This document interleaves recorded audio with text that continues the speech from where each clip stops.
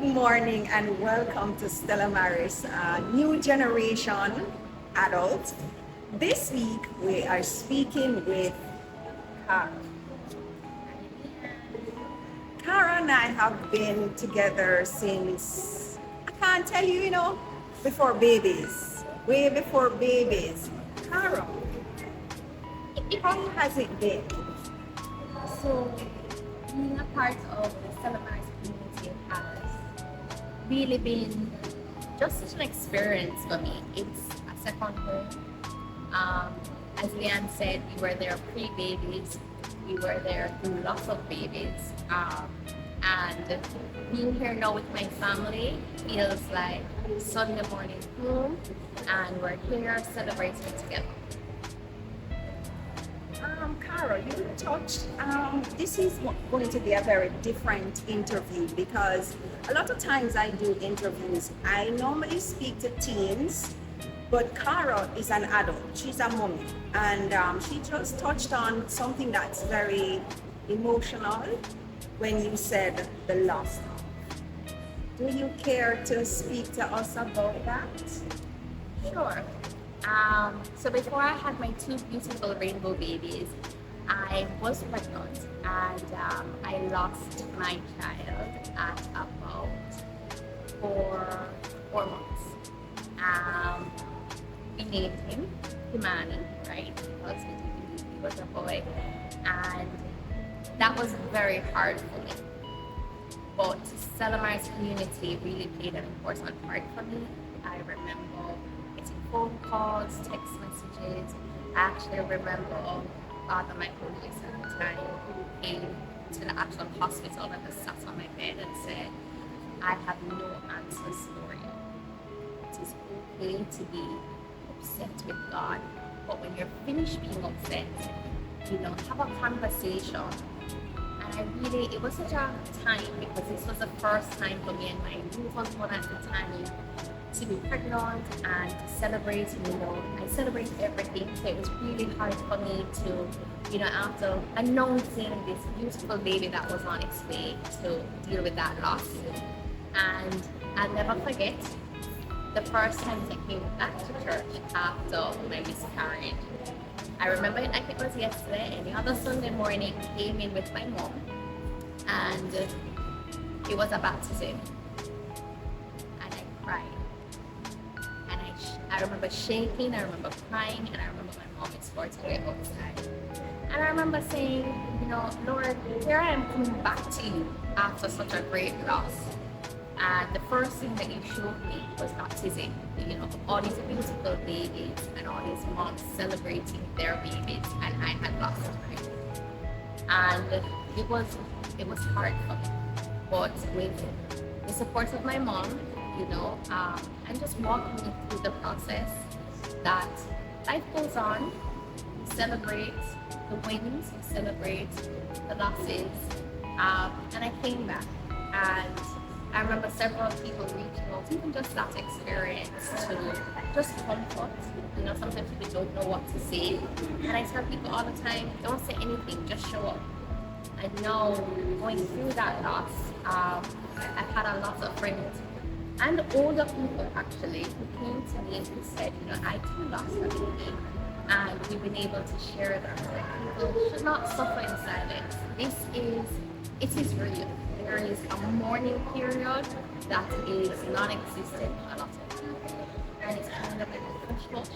But I'm here to tell you that you can break the silence, conversate. It wasn't until I started speaking about it that I felt better.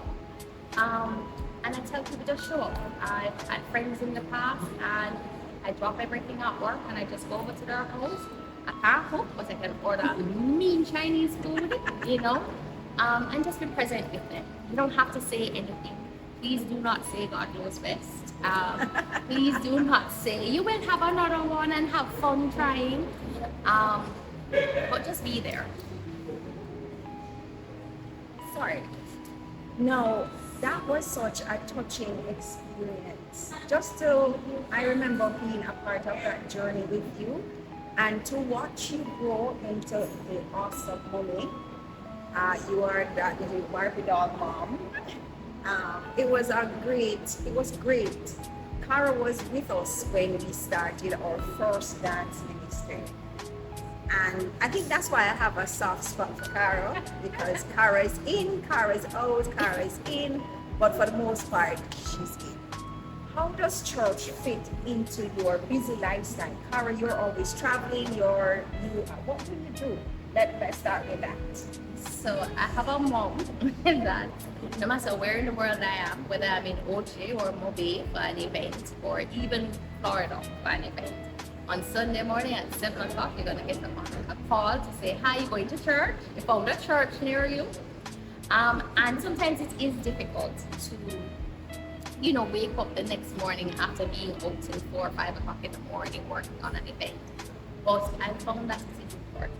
I find that it's what grounds me and starts my week.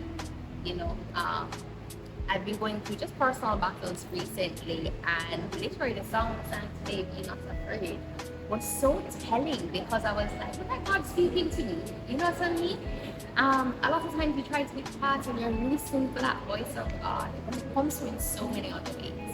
And like today, as I start another busy week where we're going to have 2 weddings to execute, this is my reset button. So coming on a Sunday with my family, it is also quality time that I spend with my mom, because it is hard to catch up with her during the week. And then Auntie Leanne drags us into rehearsals during the week, or even just community gatherings during the week, and I'm always just happy to be there, with my Stella family, to really reconnect during the week, and then celebrate on a Sunday. Come on now, you guys must use that word drag, it's just an invite Drag that with you love. can't say no to, Because Auntie Leanne will show up at your house. Well, it's your fault if you let Auntie Leanne know where you live, right? Okay, so how would you encourage? I know that your role in life, you're out there, you're in the world and stuff. You have to be a part of everything. How would you invite somebody to be a part of church, to let them know just how important church life really is? Great question.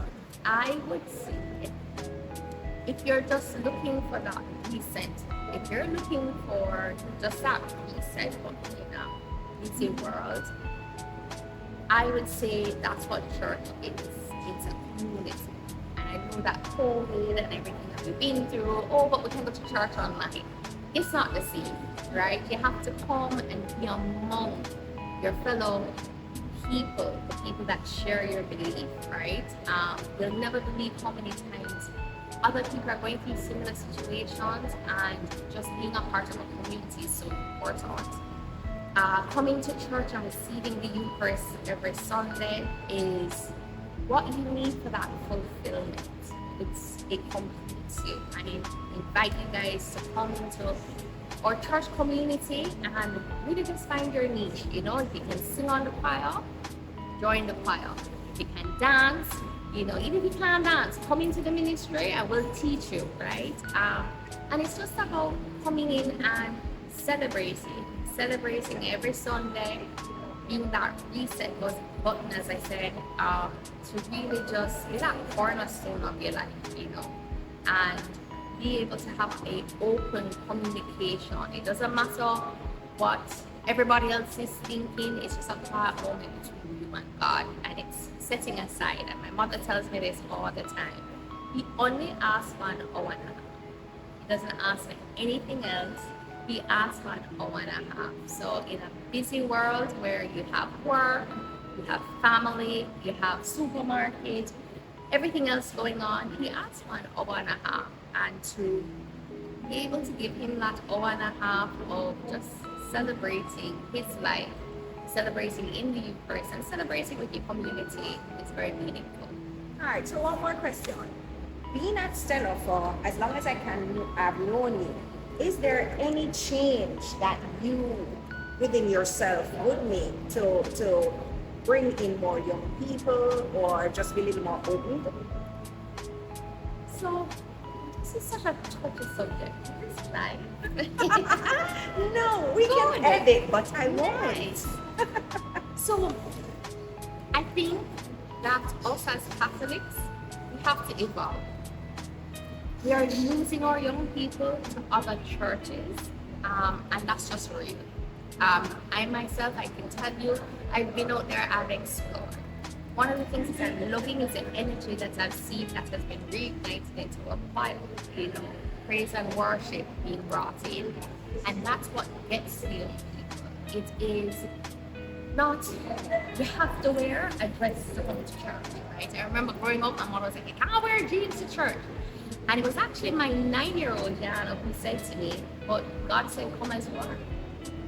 That's whether it's in jeans, that's whether it's in that cut-up shirt that you have that have a hole in it. Come as you are. And I think that we as for church need to think about that and be able to welcome people as they are. No matter what their past is, no matter what they've done, when you read through the Bible, God has used sinners.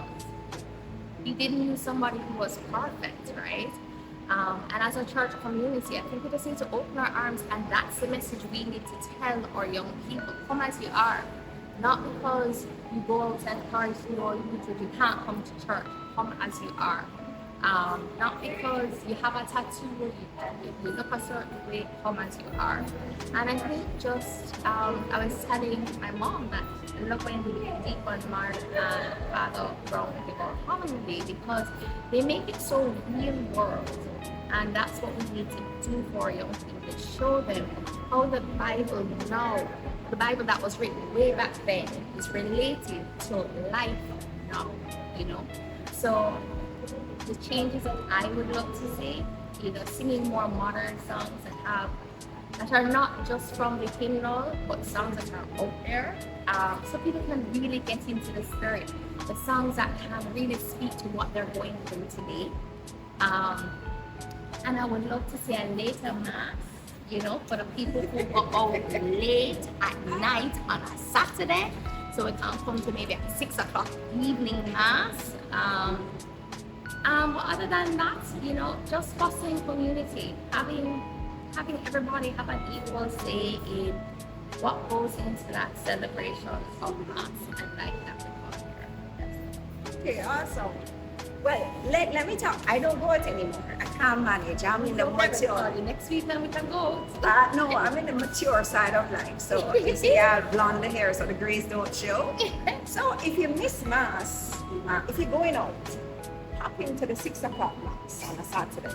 So you do your worship, then you can go out and you're blessed. For sure. And then I always introduce people to the 9 o'clock mass, because that's the rocking and the popping mass. Right, Kev? That's the rocking and the popping mass. And if you miss the boat, go over to our sister church, St. Peter and Paul. They have a 5 o'clock. So we try to do the best that we can to facilitate. Right. And I'm so happy I spoke to you. We could go on and on with stuff. So we will take 2 with Cara. This time she thinks she will be more prepared. I think she was the best prepared ever. You see, you can't rehearse these things, because when God calls you and God says to you, Leanne, let's talk to Cara this morning. Cara it is. So here we have it, another new generation teen interview. I will see you next week when I pull on the unsuspected person. See you next week.